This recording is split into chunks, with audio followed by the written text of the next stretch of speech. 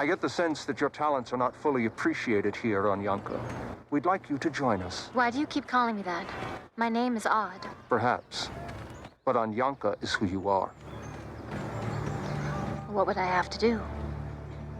What you do best. Help wronged women, punish evil men.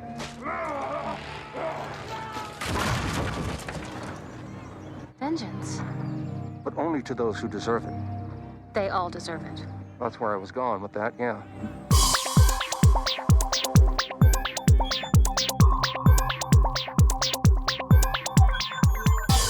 Hello, friends, and welcome to episode 131 of Revisiting Sunnydale, where we sit around and talk about Buffy the Vampire Slayer. I'm Camila. I'm Marcella. And we're ready to rock and roll today, are we? Are you feeling? I guess so. You It's feeling been a good? while. You feeling good today? I'm feeling good. I'm about to ruin this episode for you in the worst way, so I can't wait. What the? All right, so that's a nice disclaimer. There's many ways to keep up with us on the socials. We have a Facebook page, Revisiting Sunnydale, also on Twitter at Back to Sunnydale, and an Instagram page that we seem to have been ignoring for a while, but we promise to get back to it.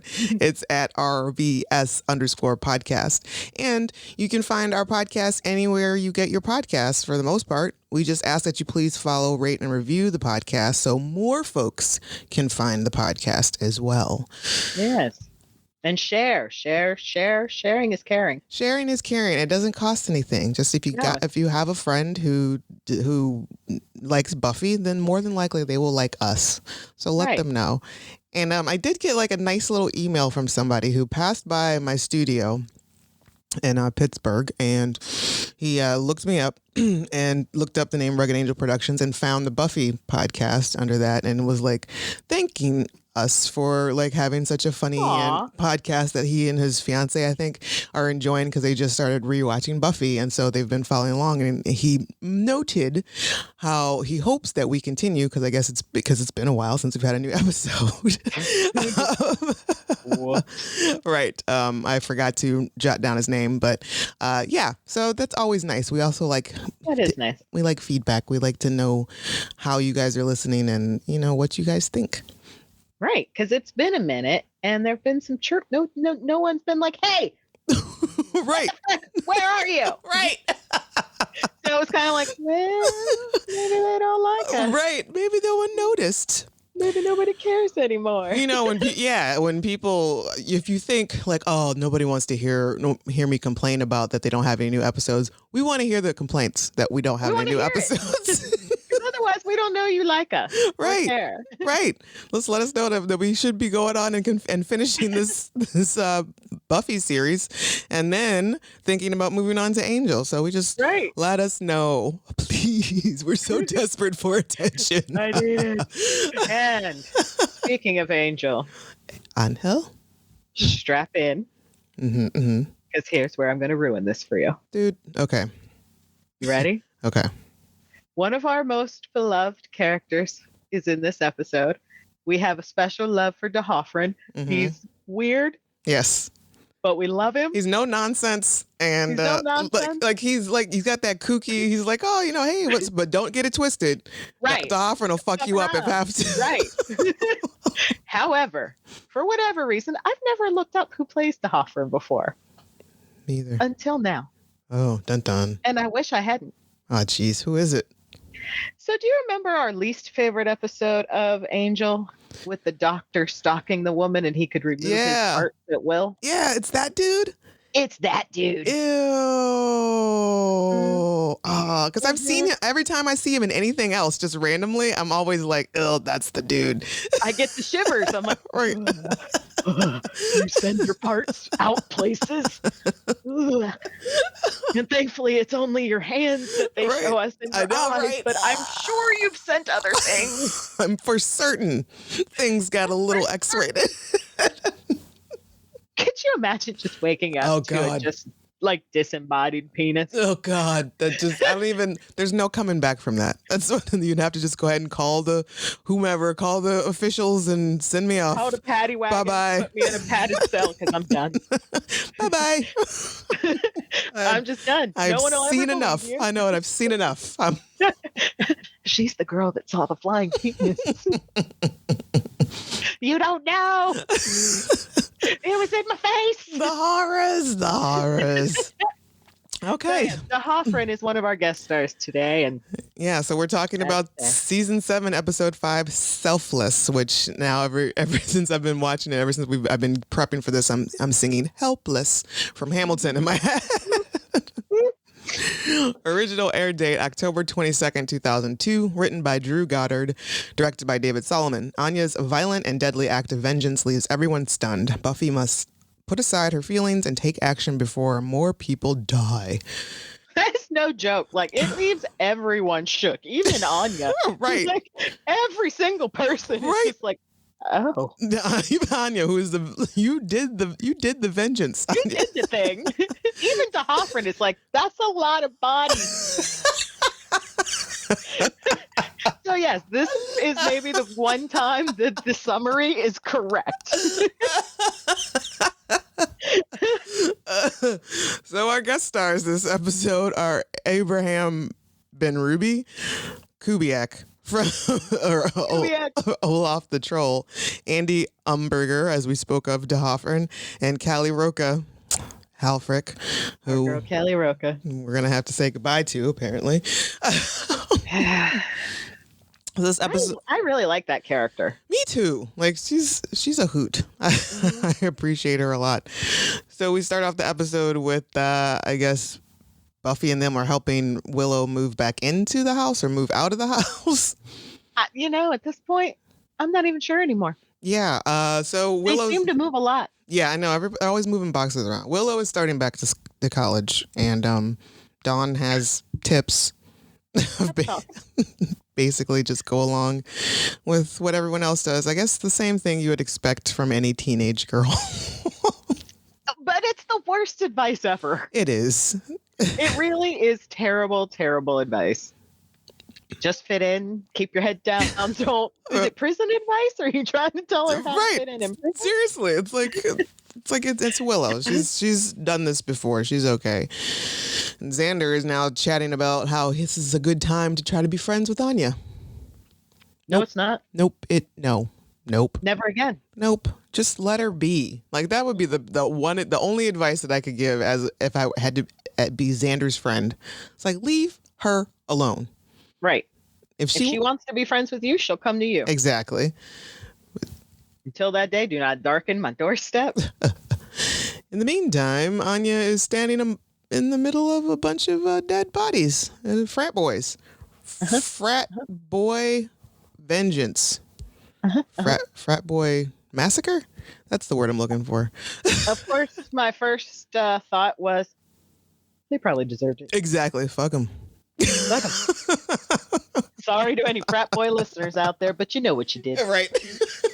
You were in a frat. You know you did something fucked up at some point. Exactly. It's not just me. Especially frats of the late 90s, early 2000s. I'm absolutely sure those boys deserved it. And we'll find out that, yes, they did. I mean, if it wasn't just for this one incident, I'm sure that they had done other things prior to. Mm-hmm. Ooh, but it's a lot of bodies and a lot of blood. So many. And so this episode is probably the most, like, the deepest we get into Anya's history. Yeah. Which I appreciate. And I really do like this episode. It's a really good one, I think, for helping to explain Anya a little bit more. So we go. There's some interesting trivia about this episode, too, is that there's a few things. One, Sarah's not in it very much. No, she's not. And that's because it was filmed around the same time as her wedding. Oh. So she was only available for 3 days of shooting because of her wedding. Okay. And then apparently her hair in this episode is her wedding hair. The little braid, the swoop braid? Yeah. Okay. Like, look, I got this shit done already. I don't care. This is my hair.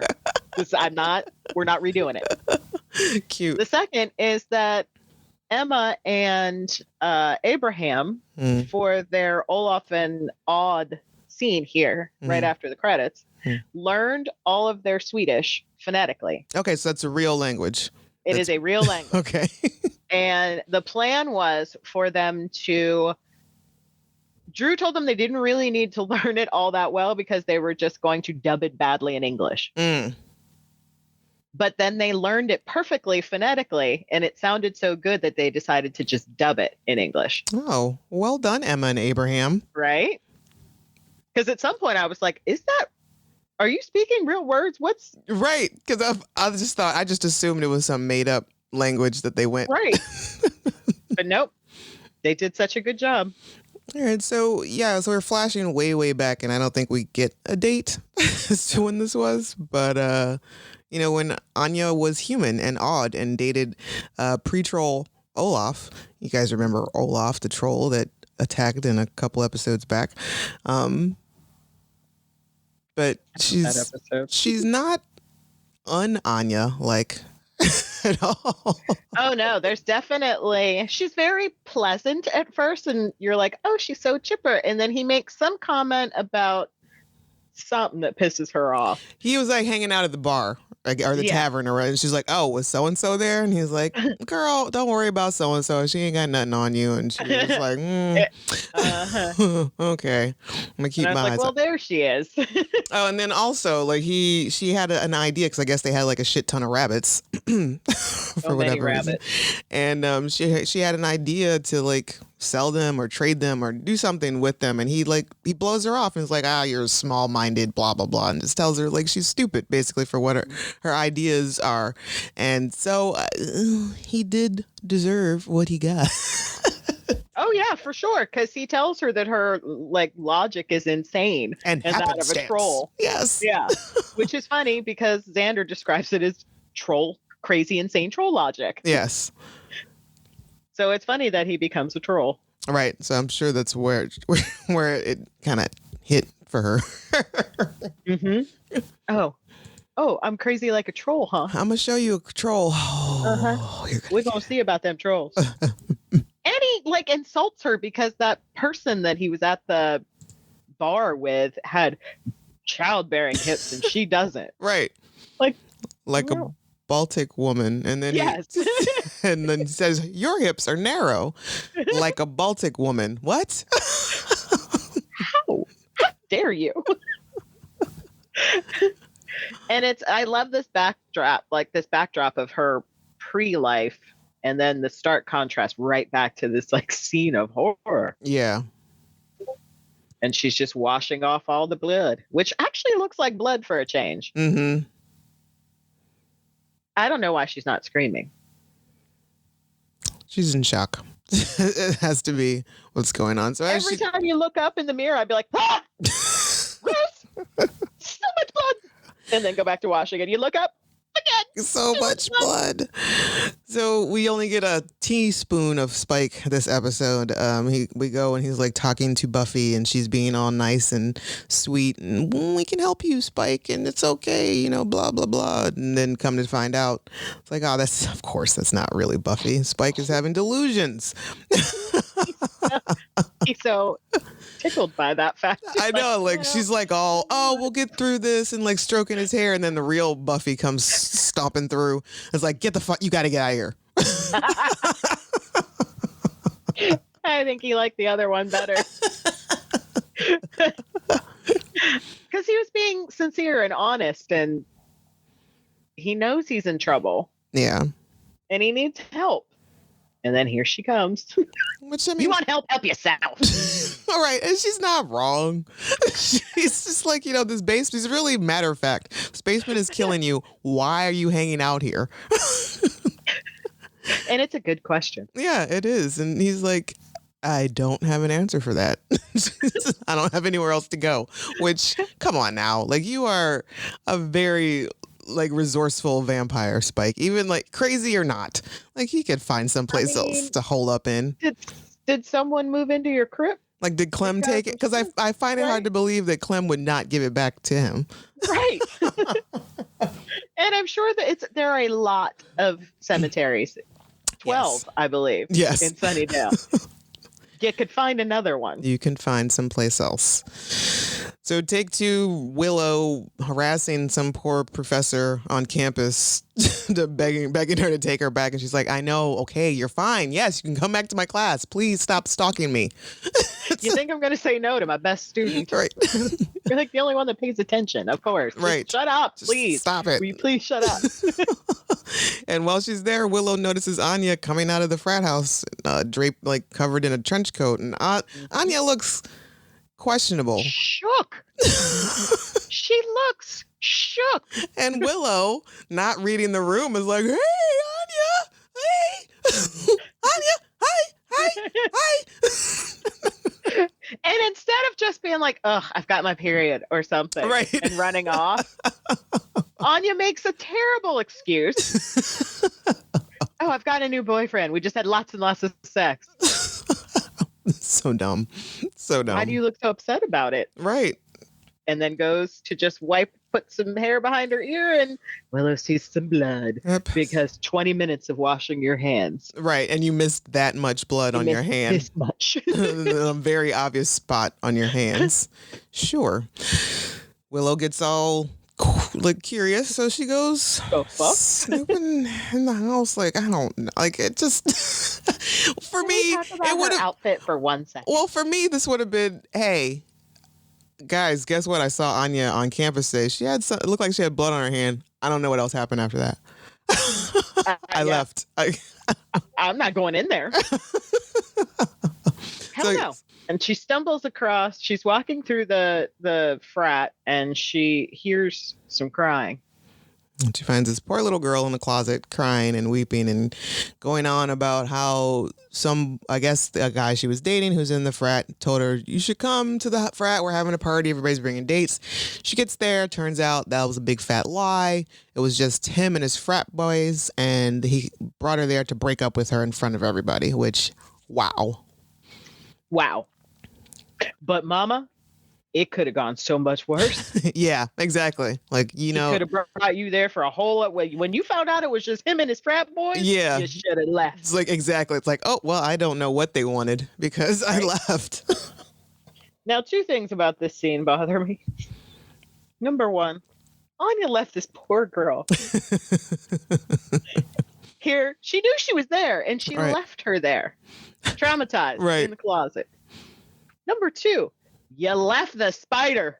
Yes, I was thinking the whole time. I was like, so you were just gonna leave the spider just about doing what? Like, you could have got out and hurt a whole bunch of people. Right. Ooh.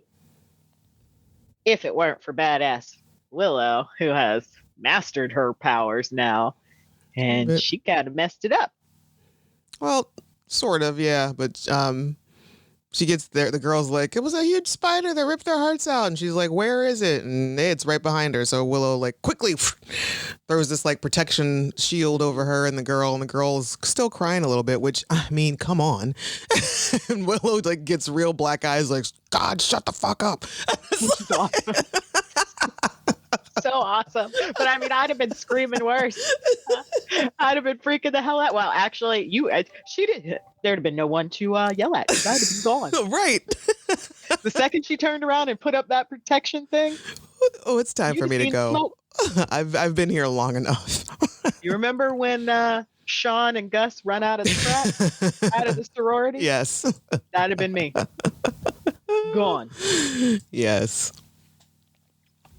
We go back in time, back to Odd, and she has been busy. Like, she has turned Olaf into the troll. And some of the funniest shit is happening with this mob. Like, everyone's running away. It's like, oh, it's a troll. And he's like, no, it's me, Olaf. And they're like, the troll is doing an impression of Olaf.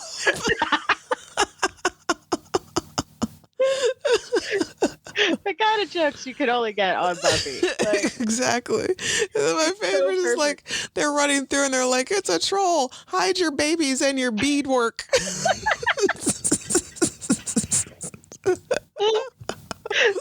good. Not the beadwork. Not the beadwork. It's just as important as the baby. And Anya and Odd has been discovered. Yeah, so she's sitting there admiring her work. De Hoffren rolls up and is like admiring it too. Is like, girl, you got a gift. She's like, well, yes, I do. And he's like, come back here. You're tiny and toy-like. Like, all of this is just going on. Like, he's having this very serious talk with Anya. And, like, this comical shit just keeps happening.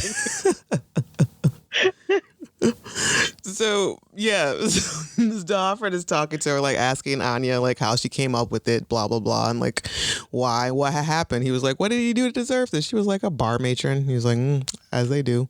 And and he's like a pop manager, like, who puts girl groups together and gives them new names. Because he's like, yeah, he's like, well, who are you? She's like, I'm Odd. He's like, nah, your name is Anyanka. Like, I beg your pardon.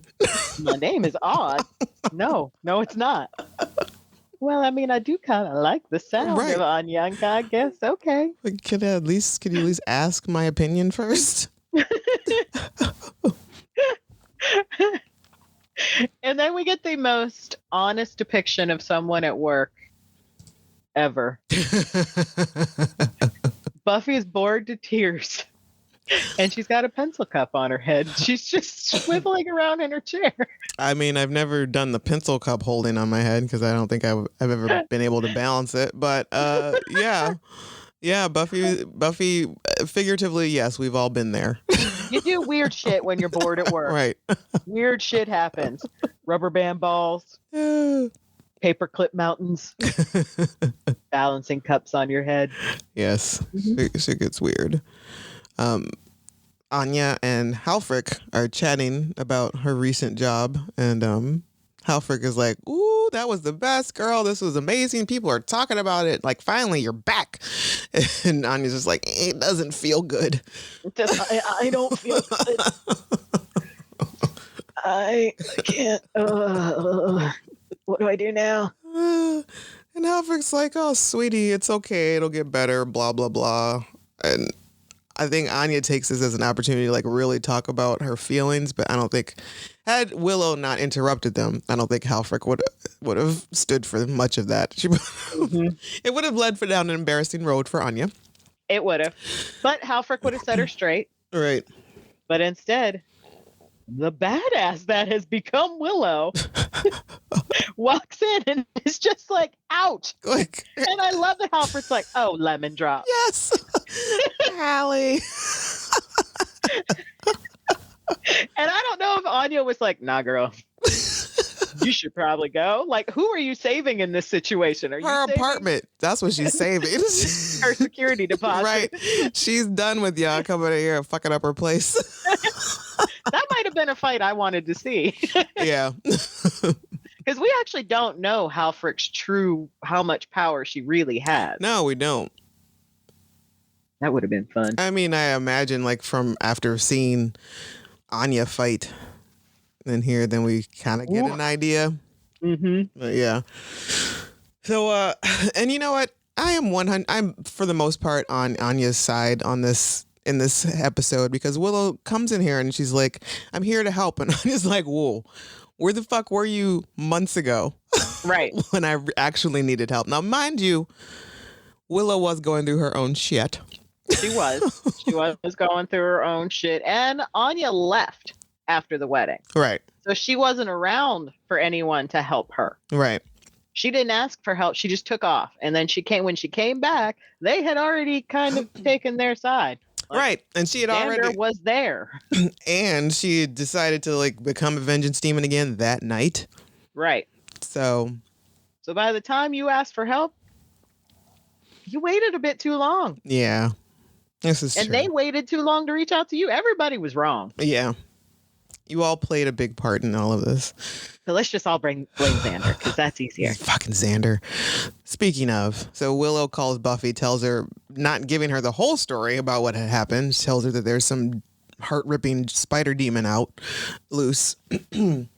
So Buffy and Xander go looking for it in the woods near the frat house. They find the dead body with the heart ripped out, and they're like, oh, how big is this thing? I have no idea. And then Xander stumbles upon like some sticky tar type spider's web, and then he's like, ew, this seems gross. And then they find this ginormous fucking spider comes lurching down at them. It's so big. And again, Buffy just pushes Xander out of the way.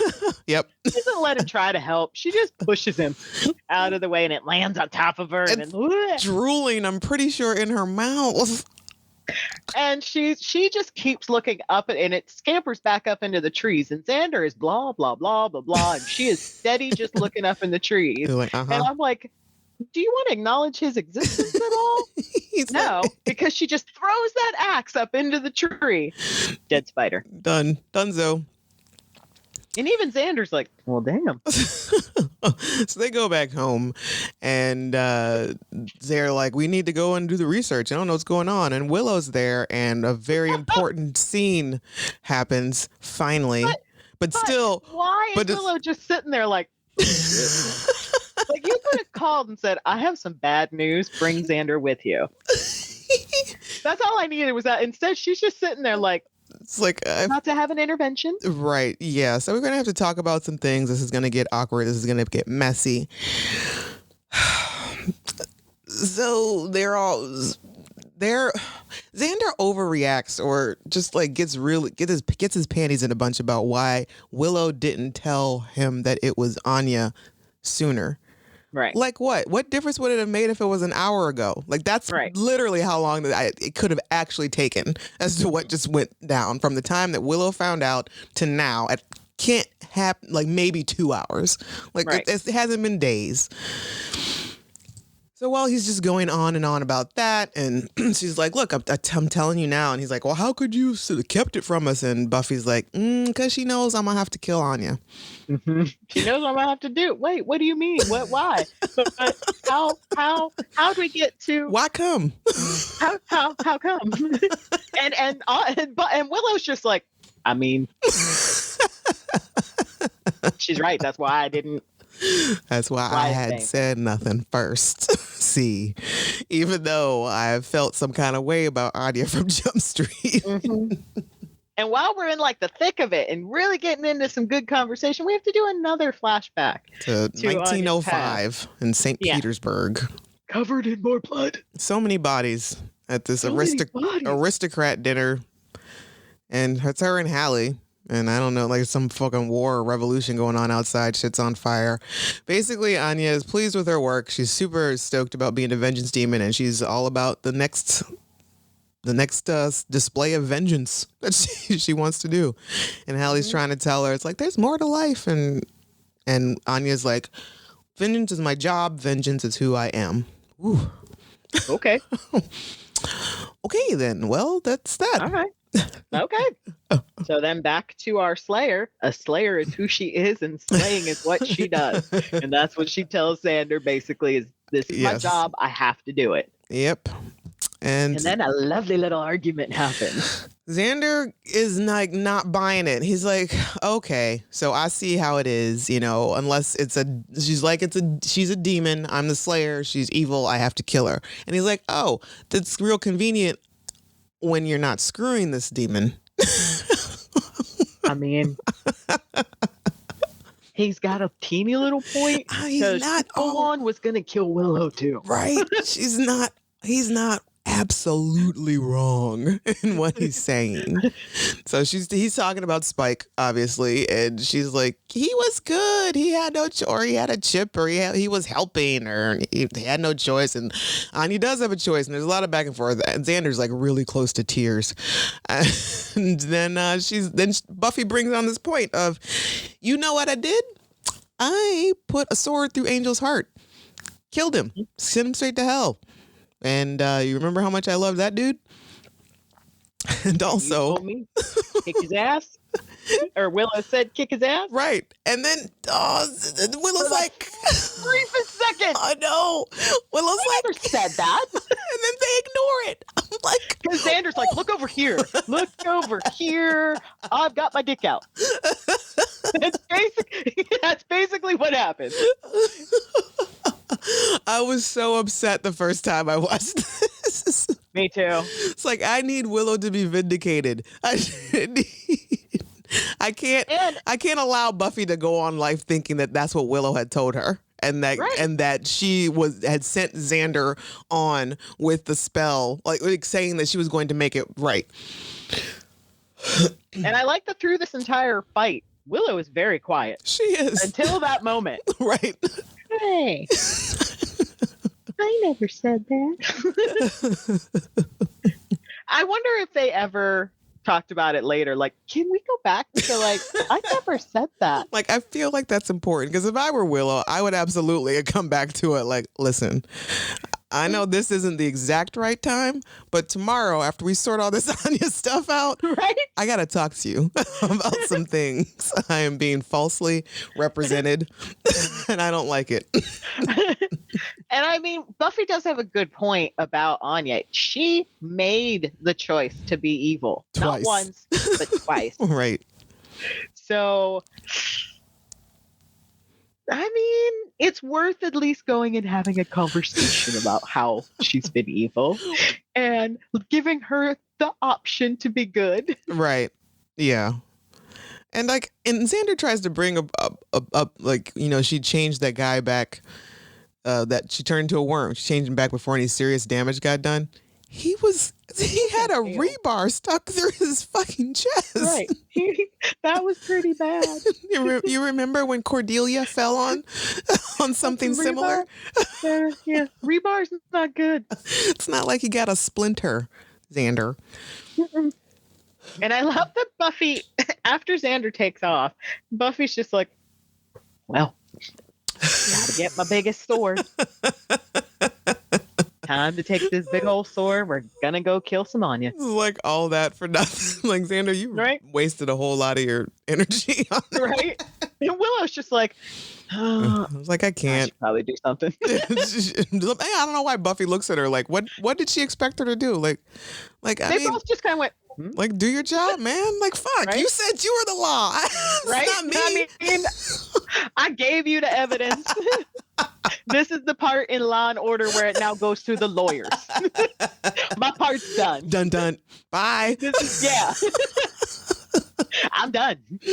But instead, she goes and nice callback to season 4's Something Blue, where she still is holding on to this amulet that D'Hoffryn gave her. I love it. When he was like basically his business card. He's like, I love what you've done here. If you ever think about vengeance, give me a call.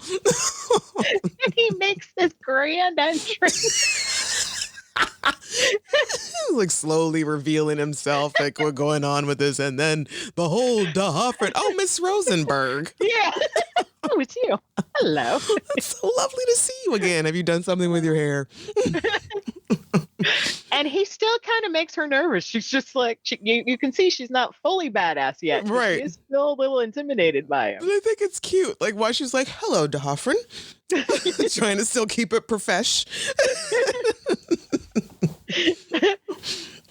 And poor Anya goes back to the scene of the crime. And it's that scene with Willow earlier where she's like, they got what they deserved. Yeah. You can see she's wrestling with this inside. Mm-hmm. She knows it's wrong. Right. But at the same time, they got what they deserved. Like, does the punishment actually fit the crime, though? Right. Like, they didn't gang abuse her. Right. Like, this was like upon levels of you take naked photos of them and post them around, like embarrassing photos and post them all throughout campus. Right. So it's not even like that River Phoenix movie where they took everybody had to bring an ugly date to the party. Oh yeah, what was that? Dogfight? Dogfight, yeah. I thought that's what it was gonna be. Yeah. They just broke up with you. Like, so you were actually dating him and he broke up with you there? Like, and then they all laughed at you, and then what? It's like, well, I mean, at most you could have just set the house on fire. I mean, right? Like, were they throwing things at you? I suddenly need more information. Because you called a vengeance demon. Right. And you ripped at another demon, come rip out all of their hearts. I love it so much. So, as Anya's like rethinking her actions, Xander shows up and is like, I thought I'd find you here. Why? Really? Why did you think you'd find her there? Of all the places you thought you'd find her, at the scene of a multiple murder. Right.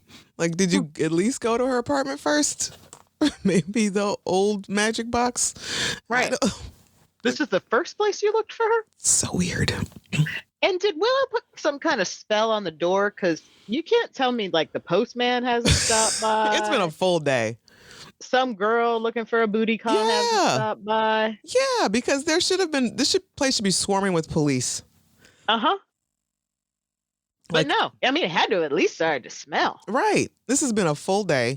Nobody is missing these boys. Like, I find it hard to believe that this frat house is not normally like a Grand Central Station. Just like constant. And what about the frat boys that I'm sure it wasn't just 12 that lived there. What happened? What about the pledges? Here they come. Oh, nope. This doesn't concern me. Oh, and I bet a couple of them were like, Herbs, you right. That's what you get, Chad. Yeah. And then in comes Buffy. And she's like, I'm going to do this. And Xander's like, no, wait. And Anya's like, get out of the way, Xander. Stop trying to save me. Stop trying to be Captain Save-A-Ho. Leave me alone. And oh, yeah, I can handle myself. Yeah. And she sure can. She puts on her demon face and it's like, oh, yeah, that's right. Okay, as you were. Let me get some popcorn. Let me sit back.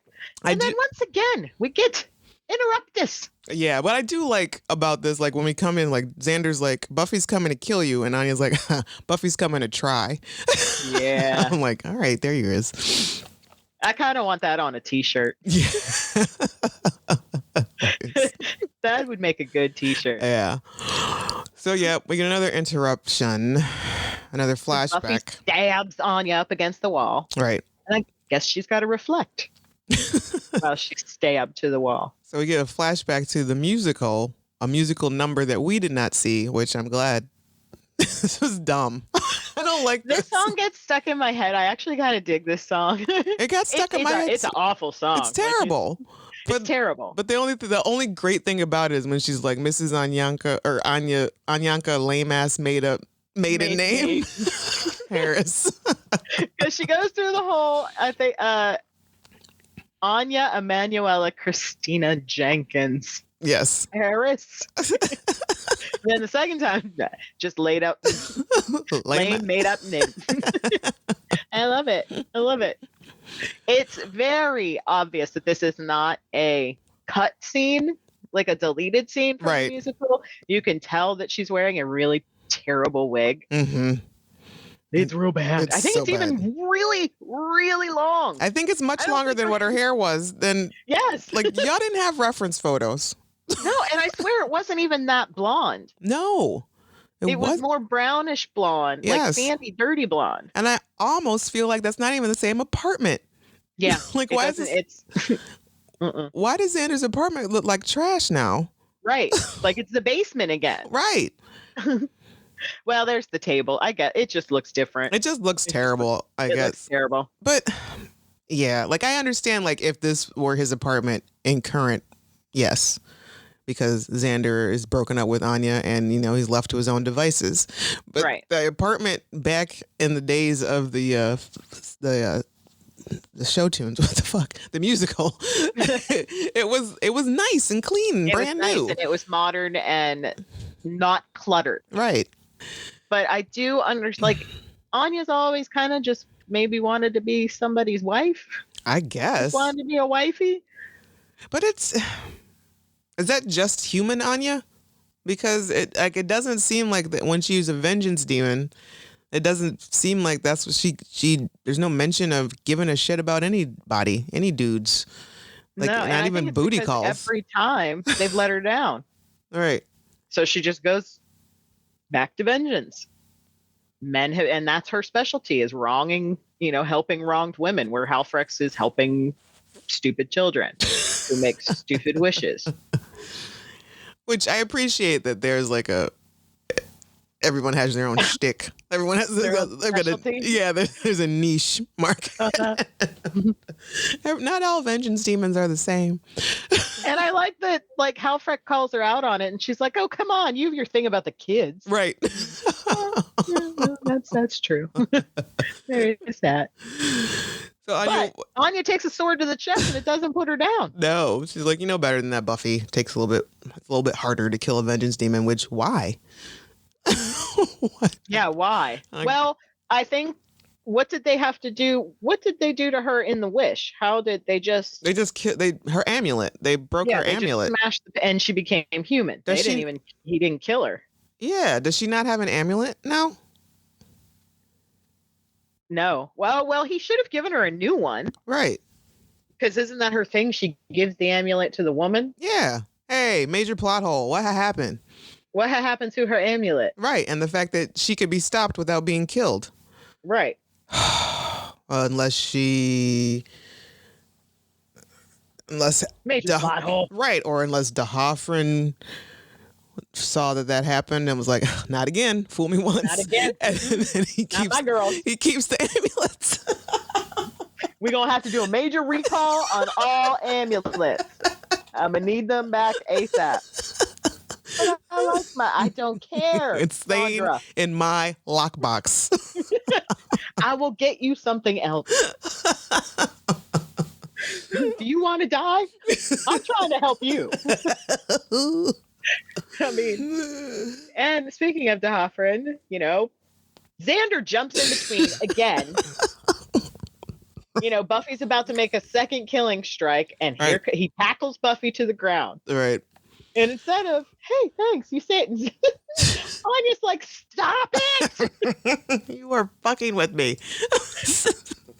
You were really messing up everything. And so at this time, D'Hoffryn shows up. And I love that. Like, he's just like, oh, this is beautiful. Like, breathtaking. I'm loving all this carnage. Bodies. So many bodies. And he like throws in a couple jabs with like Buffy, like, you know what, like typical, figure out you can't talk your way out of a problem, so lady hacks away. That also needs to be on a t-shirt. I love it. D'Hoffryn. And Anya's just like, Xander, just stop. You can't help me. But yeah, so, and I love it. I just love everything about D'Hoffryn's personality. Like, he comes in here, he's like really nonchalant and just cool. It's like, oh, good job with the bodies. Oh, Buffy, you're trash. And then he calls her Anya or Anyanka, and Xander gets offended. He's like, her name's Anya. And he goes off and is like, D'Hoffryn's like, funny little sidebar. Actually. Oh, nobody wants to hear that, huh? Okay. And then there is another point, but I think it's after the bad part. So D'Hoffryn basically is saying, I can undo this.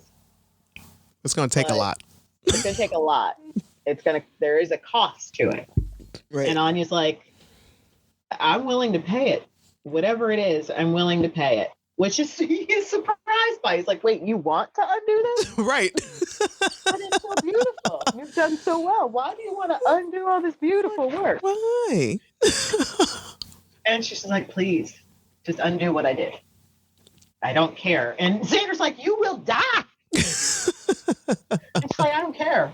I have to pay this. I have to make it right. It has to be reversed.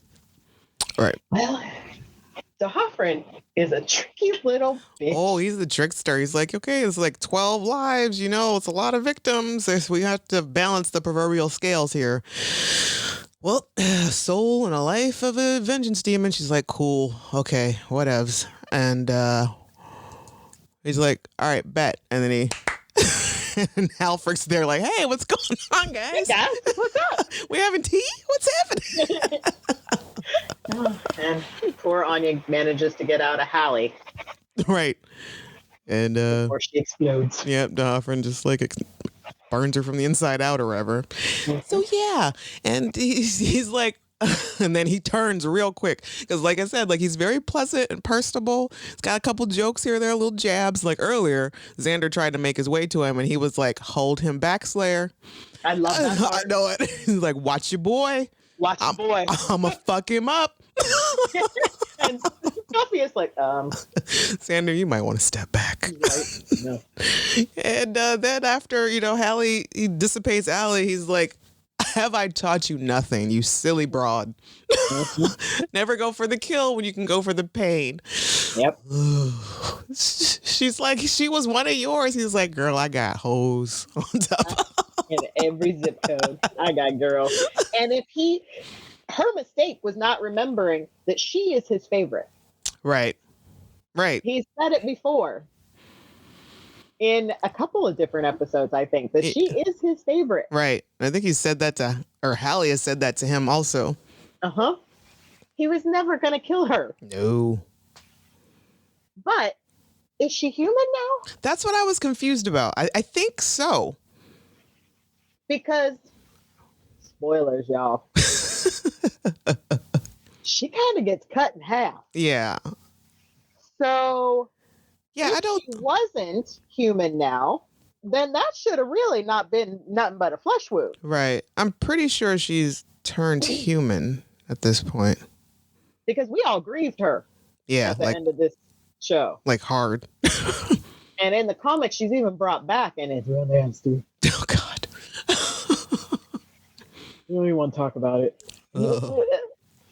Oh, heavens. We just threw up in our mouths a little. Let's go back to this. Back to when Anya was happy. Yeah. Well, devastated, but alive. Yes. So DeHoffman leaves, and then everybody, like, I guess Buffy is going around to watch these boys resurrect.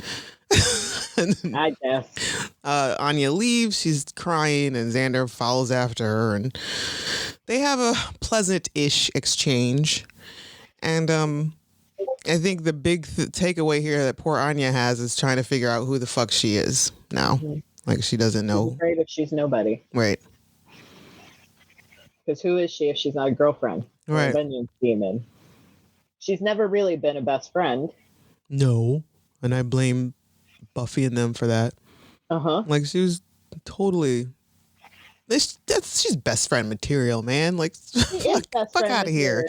Like, she was human for a long time, and like she was still learning the ropes of being human again.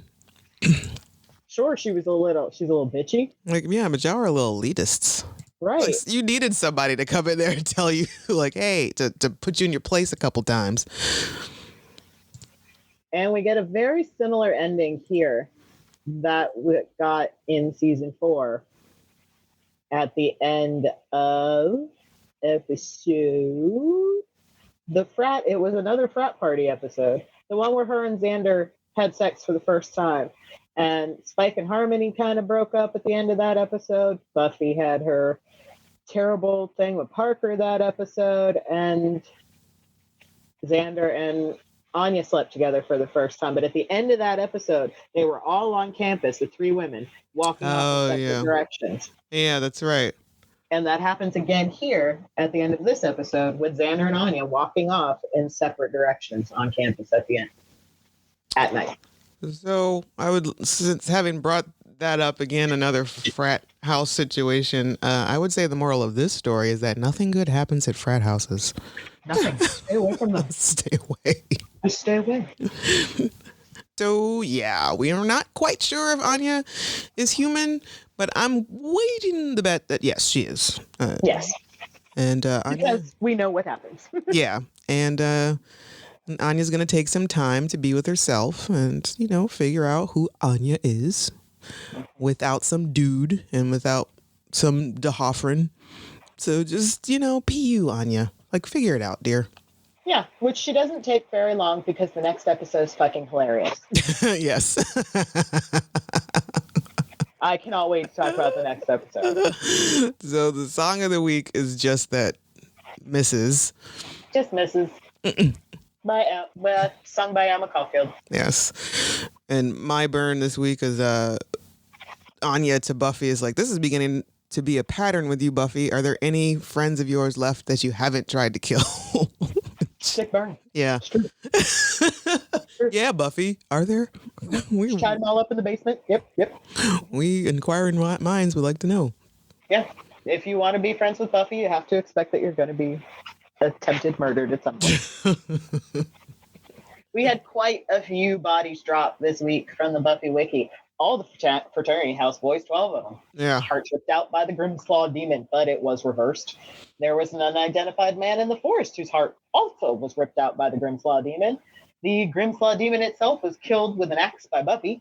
We had an unidentified man immolated in a flashback. And then poor Halfrek was burned alive by the Hoffman. And also all those people that were at the St. Petersburg whatever that were dead on the table. That had to be at least 10. Anyone that Olaf may have accidentally ripped apart because they were tiny and toy-like in the village. This episode does pass the Bechdel test, thankfully. Yeah. In little random trivia from the Buffy wiki is that in Consequences, Faith told Buffy we're the law, but Buffy denied it. In this episode, Buffy states that as the Slayer, she is the law. Buffy's so in supernatural matters. Buffy's so wishy-washy.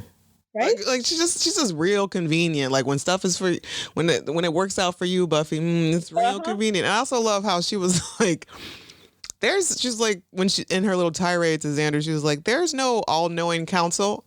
They're called the Watchers. You fired them. And I don't mean to sound like Ted, but I beg to fucking differ, little lady.